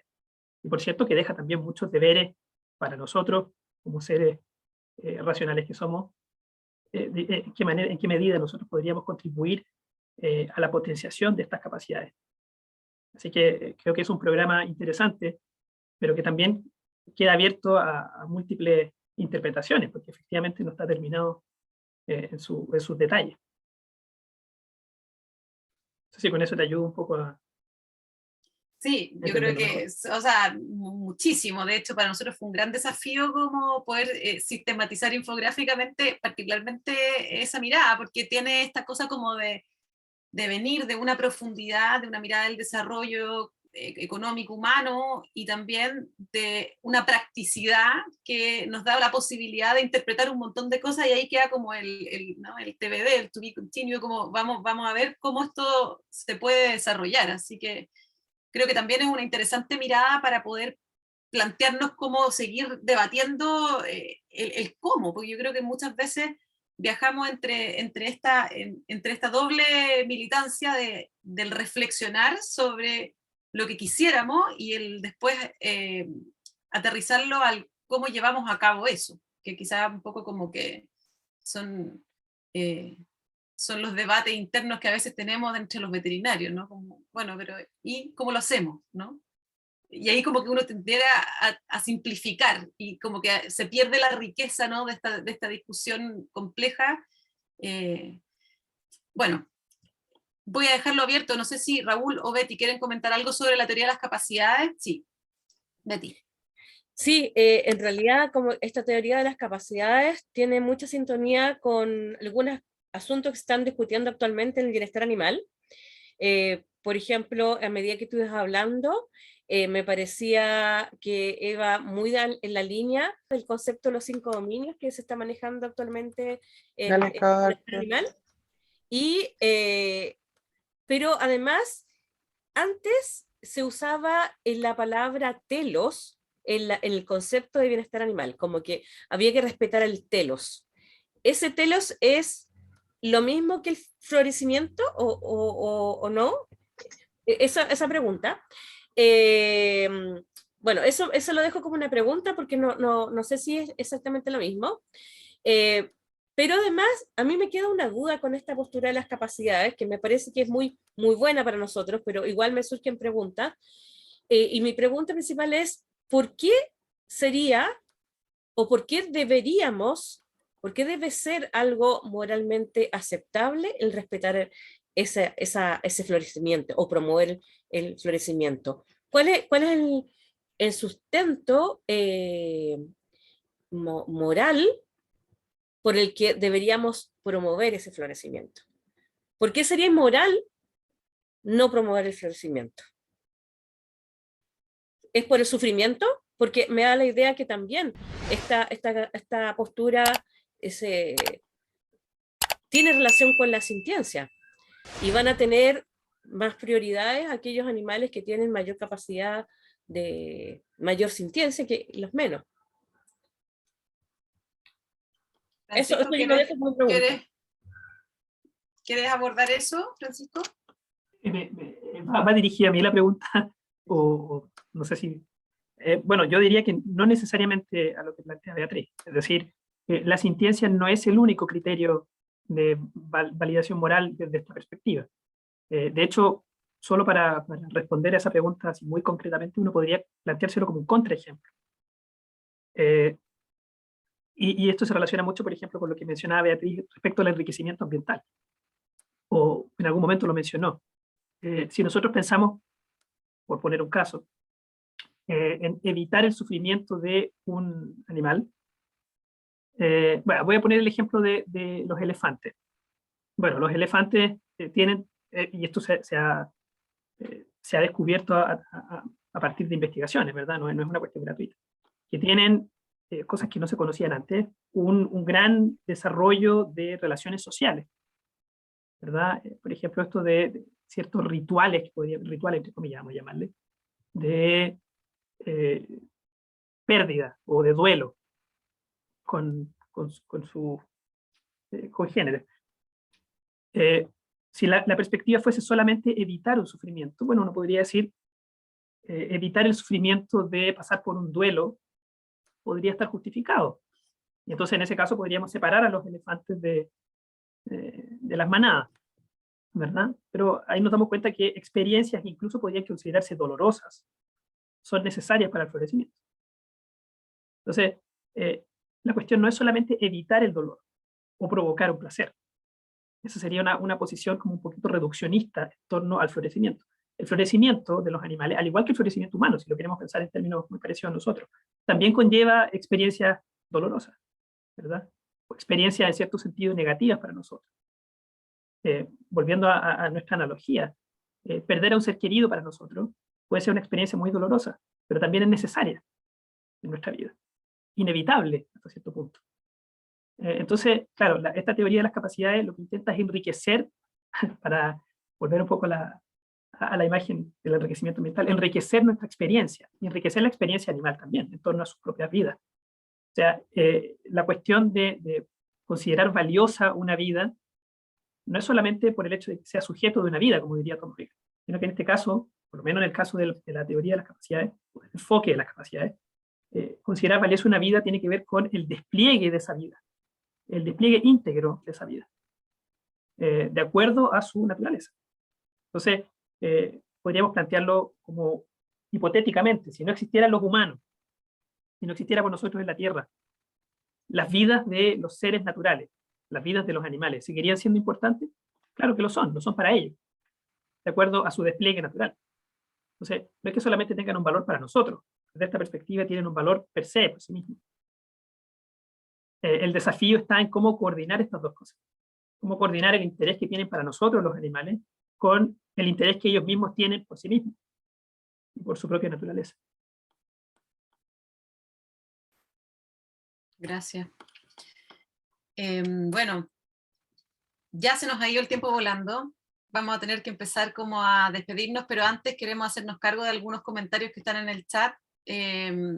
Y no sé si yo creo que en cierta manera se han ido tocando y se han ido respondiendo, pero los voy a poner por si alguien quisiera complementar. El Alejandro Escobar, gracias Alejandro, nos ponía hace un rato atrás que dado que íbamos a tocar ya estos temas, si se podía discutir el estatus moral de los animales versus el de persona, comparando a Kant con lo que propone Tom Regan.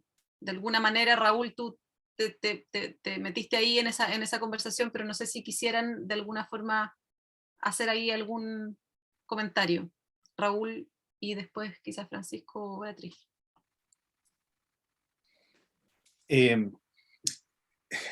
Sí, a ver, como nos está quedando poco tiempo, yo quisiera hacer un último speech tomando el tema de Tom Regan, pero desde mucho más atrás, la verdad, si a ustedes les parece. ¿Qué es el mensaje que quiero dar? Y es lo siguiente.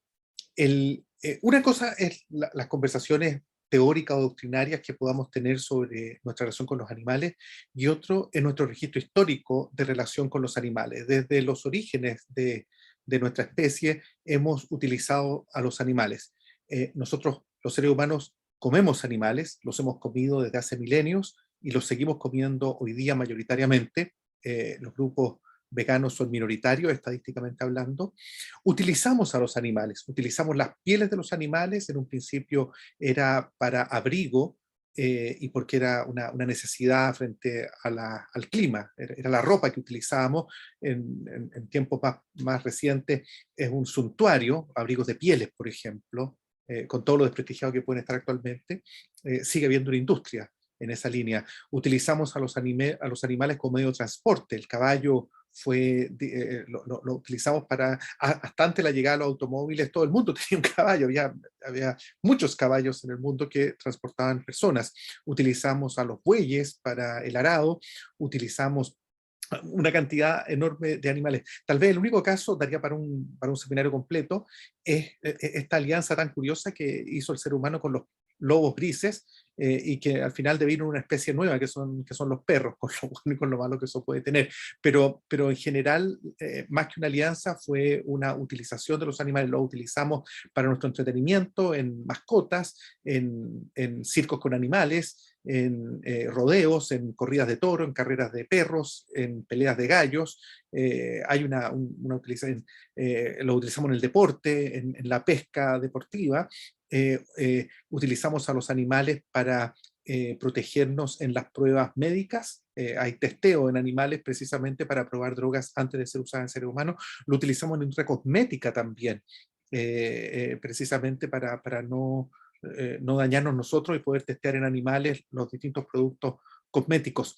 Y todo eso que hemos hecho, lo hemos hecho con una cierta tranquilidad espiritual, porque los animales son algo distinto de nosotros los seres humanos, y hemos vivido con esa lógica por muchos siglos, hasta que aparece Darwin y nos complica totalmente el panorama, porque lo que Darwin nos está diciendo es que todos los seres vivos estamos emparentados. Todos los seres vivos los seres vivos existentes hoy día, provenimos de una matriz única. Por lo tanto, todos los avances en ingeniería genética, etcétera, por lo tanto,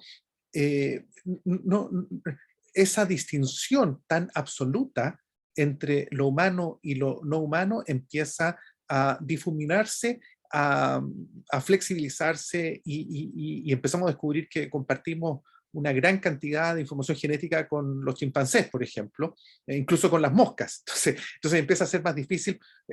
Los grandes avances en biotecnología y en ingeniería genética que se están viviendo en estos días, nos hacen pensar perfectamente en poder aumentar el nivel de cognición o inteligencia de distintos animales. Hay autores, algo veía yo en el chat, que situaban a Franz de Waal.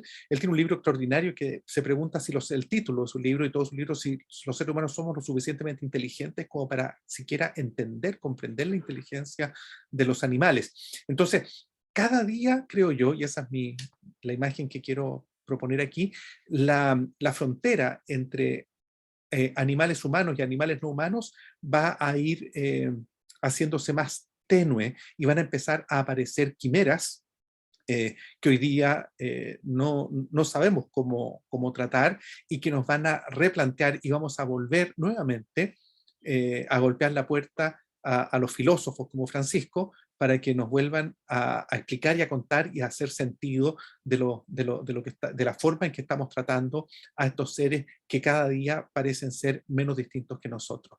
Ese es el mensaje con el que me gustaría terminar. Muchas gracias. Muchas gracias a ti, Raúl. Muchísimas gracias por esa profundidad, y también quería poner acá un comentario que dejó una colega, Camila, que dice, en cierto modo entonces se podría deducir que el principal factor que hizo que el humano pensara que podía utilizar a los animales podría provenir de la espiritualidad o de la religión, y te dejo ahí, Francisco, a ti con esa última rebote o reflexión. Tremenda, tremenda pregunta. Además, habían varias más en el chat que estuve mirando. En algún momento tendré la oportunidad de responderlas o de, no sé, intentar reflexionar acerca de ellas. Es verdad que el tiempo es muy corto y se nos pasó volando. En relación a lo que dice Camila, yo diría no únicamente. Por cierto, y esto lo señaló muy bien Raúl en su momento, por cierto que hay un pilar dentro de esta cosmovisión nuestra que está apoyado en eso, pero no es el único, ni tampoco es el más relevante. Me refiero al pilar que podríamos sostener como en esta interpretación que uno hace de la religiosidad monoteísta más tradicional para Occidente. No es la única forma de entenderlo. Hay razones filosóficas potentes también que apoyan esta cosmovisión, y que tiene mucho que ver con lo que Raúl mencionaba hace un rato, y lo mencionó Beatriz también, con esta posición antropocentrista, que se ha ido forjando con distintos matices y con distintas fuentes. Y esta posición antropocentrista tiene un fuerte componente racionalista. Es decir, el ser humano es el dueño y señor de la Tierra porque tiene la capacidad de razonar y porque tiene la capacidad o tiene el poder, más bien dicho, de actuar sobre otros y de actuar sobre su entorno, de modificar su entorno. No quiero extenderme mucho, porque esto daría para una clase de filosofía y para un semestre entero, pero esta idea base del ser humano como el centro y dueño y propietario y señor del universo porque tiene la capacidad de actuar sobre él, también está en el germen de la revolución científica del siglo XVI y XVII en Europa, que por cierto da lugar a la ciencia moderna que nosotros discutimos hoy día. Y seguramente la ciencia que ustedes aprendieron en las escuelas de medicina y de medicina veterinaria. Es decir, la idea de que la ciencia es el instrumento, perdón que lo diga de esta manera, pero es un poco el trasfondo que ustedes están como queriendo plantearse. La ciencia es el instrumento para el dominio de la naturaleza, ¿verdad? Hoy día hemos morigerado este discurso y estamos integrando estos distintos saberes, pero hay una parte todavía del mundo científico que defiende esta idea del positivismo del siglo XIX, la ciencia como el instrumento para la dominación del mundo y para el control de nuestra naturaleza. Eso también, por supuesto, conlleva a pensar que la naturaleza es como una suerte de recurso, Claro. central de recursos que a nosotros nos permite aprovecharla. Entonces, hay varios factores que están influyendo en esta cosmovisión. No es solamente el factor religioso, puede ser uno, pero no es el único. Hay factores filosóficos, hay factores científicos, económicos, políticos, aquí podemos ampliar la lista largamente, que han ido entremezclándose y que nos llevan a tener esta visión preponderante. Por suerte, yo quiero ser optimista en esto, creo que esa visión ha estado en conflicto últimamente. Y estamos, precisamente, este tipo de conversaciones quieren decir que estamos tratando de cambiarla, que estamos tratando de abrirnos a distintas maneras de mirar el problema, a complejizarlo, por cierto, pero también a complejizar nuestras convicciones. Y eso es súper valioso, porque finalmente también nos hace un poquito más libres, sobre todo en relación al entorno que nos rodea. Así que dejo ahí algunas reflexiones adicionales a todo lo que ya se ha dicho. Como para cuando uno se va a acostar, así. Ya, y Betty. Perdón, Dime. La experiencia nomás del profe de filosofía, que la gente dice, bueno, la filosofía sirve para complicar la vida, ¿para qué queremos complicarnos la vida? Bueno, uno quiere complicarse la vida porque, no porque sea entretenido complicársela, sino que es un ejercicio de libertad que uno hace cuando se complica la vida. Es decir, uno se hace dueño de su propia realidad, de su propia existencia, y no deja que otros tomen decisiones por uno. Y en ese sentido creo que tiene valor también complicarse la vida, aunque suene un poquito incómodo, pero bueno, es una manera de entender también las cosas. Absolutamente, la posibilidad de además construir, ¿no? Construir lo propio. Betty, te dejo con el último comentario. Sí, mira, es muy interesante escuchar como expertos en materias que tienen un abordaje desde su área, que es distinta a la nuestra de veterinaria, porque es desde las humanidades, desde el derecho, desde la filosofía, y nosotros en nuestro discurso siempre estamos muy con la ciencia. O sea, nosotros somos los defensores de la ciencia. Vamos a defender este concepto del bienestar animal desde el punto de vista científico, y ahí nos aferramos a eso. Y estaba pensando que realmente eso, a veces de aferrarnos a esto del punto de vista científico, nos hace perder, nos perdemos de las otras dimensiones que ahora estamos tratando de recuperar en esta conversación. Pero además que la ciencia tiene un límite, porque en este momento, por ejemplo, el concepto de la sintiencia, que es un concepto validado científicamente y se actualiza en la medida que tenemos conocimiento sobre las capacidades que tiene una determinada especie, y pensábamos que llegaba hasta los vertebrados y algunas excepciones, y ahora como que cada vez más excepciones. Entonces nos estamos sorprendiendo de que hay nuevas excepciones, pero ahora casi como que la novedad, ya no es novedad las excepciones. ¿Qué vamos a hacer entonces? ¿Vamos a seguir esperando que exista esa completa evidencia científica, o vamos a prepararnos para una posibilidad en que ya posiblemente las hormigas tengan todo una conjunto de capacidades muy superiores? Las abejas ya tenemos claro que algo tienen, ¿no es cierto? Pero son invertebrados que en estos momentos están en una categoría distinta. ¿Qué vamos a hacer al respecto como médicos veterinarios? Entonces eso, más que todo, dejar la pelota como rebotando. Es tarde, no nos vamos a ir a dormir tranquilos. Si estuviéramos en persona, estaríamos compartiendo un vino y seguiríamos conversando probablemente. Y espero que podamos hacerlo en el futuro. Yo creo que es parte de lo que queremos, volver a encontrarnos y poder hacer estos fogones, estos fueguitos como más cercanos, que nos inviten, como decías tú, Francisco, a liberarnos también, ¿no? Como a liberarnos de las estructuras preestablecidas y de las cosas que no nos preguntamos, que nos hacen creer que somos o pensamos de determinada manera, hasta que alguien viene y nos instala una pregunta, como lo ha hecho Raúl hoy día, como lo ha hecho Francisco y Beatriz. Así que, bueno, tremendamente agradecida por el tiempo, por el espacio, por la profundidad, por acompañarnos. Cierro dándole las gracias a cada uno de ustedes que estuvo hoy día, los que estuvieron un ratito, a Francisco por meternos en este lío, a Ronald, por supuesto, que está ahí acompañándonos y que fuimos parte del trabajo con la infografía, y a Laura, que no pudo venir. Y solo para darme el gusto, hoy día me encontré con esta frase que les quiero compartir para cerrar, y que me pareció tan, no sé, como interesante desde el punto de vista de la conversa de hoy día, ¿no? Albert, no sé cómo se pronuncia el apellido, pero Schweitzer podría ser Nobel Peace Prize en el 52, cuando dices, Y un poco lo que trae Raúl cuando nos dice de que siempre hemos usado a los animales históricamente, ¿no? Pero siempre que un animal sea puesto de alguna manera al servicio del hombre, cada uno de nosotros debe preocuparse por los sufrimientos que por esa razón tiene que sufrir, ¿no? Y me pareció tan potente la última frase que dice que nadie considere ligero el peso de esa responsabilidad. Me pareció bien bonito como lo pone, ¿no? Y nos pone a todos como en esta pregunta permanente de cómo nos hacemos cargo de ese sufrimiento. Así que bueno, buenas noches a cada uno y a cada una y muchas gracias por acompañarnos. Quedan todos liberados. Muchas gracias.